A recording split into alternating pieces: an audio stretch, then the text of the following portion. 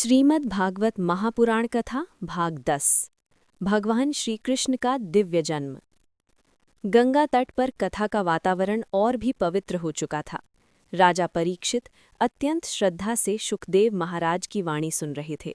उन्होंने विनम्र होकर पूछा, हे गुरुदेव, कृपया मुझे भगवान के उस अवतार की कथा सुनाइए जिसने अधर्म का नाश किया और धर्म की स्थापना की। तब सुखदेव महाराज बोले, हे राजन, अब मैं तुम्हें भगवान के सबसे मधुर और दिव्य अवतार की कथा सुनाने जा रहा हूँ, भगवान श्री कृष्ण का अवतार। मथुरा का अत्याचारी राजा।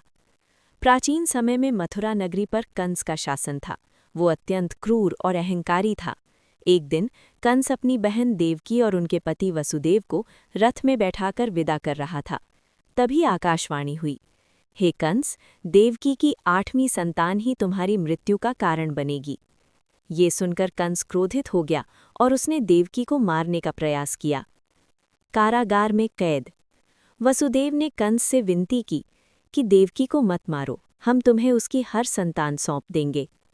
कंस ने उन्हें कारागार में बंद कर दिया। समय बीतता गया और देवकी की 7 संतानों को कंस ने मार दिया। भगवान का अवतार। जब 8वीं संतान का समय आया तब आधी रात का पवित्र क्षण था। चारों ओर गहरा सन्नाटा था। उसी समय कारागार में दिव्य प्रकाश फैल गया और भगवान विष्णु ने श्री कृष्ण के रूप में जन्म लिया।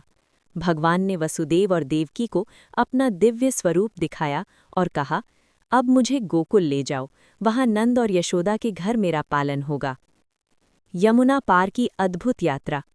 जैसे ही वसुदेव ने बालक कृष्ण को उठाया, कारागार के सभी द्वार स्वयं खुल गए।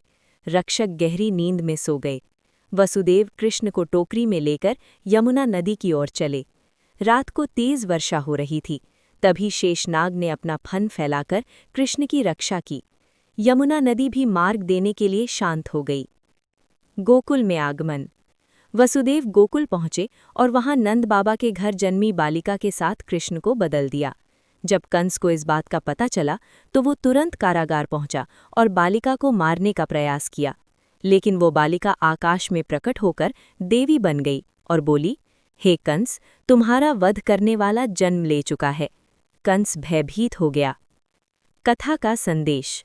सुखदेव महाराज बोले, हे राजन, जब अधर्म बढ़ता है और धर्म कमजोर हो जाता है तब भगवान स्वयं अवतार लेकर संसार की रक्षा करते हैं। राजा परीक्षित ये दिव्य कथा सुनकर भाव विभोर हो गए। समापन। ये थी श्रीमद् भागवत महापुराण कथा भाग 10।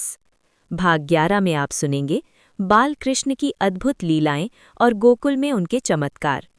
यदि ये कथा आपको पसंद आई हो तो वीडियो को लाइक करें, चैनल को सब्सक्राइब करें और इस पावन कथा को अधिक से अधिक लोगों तक शेयर करें।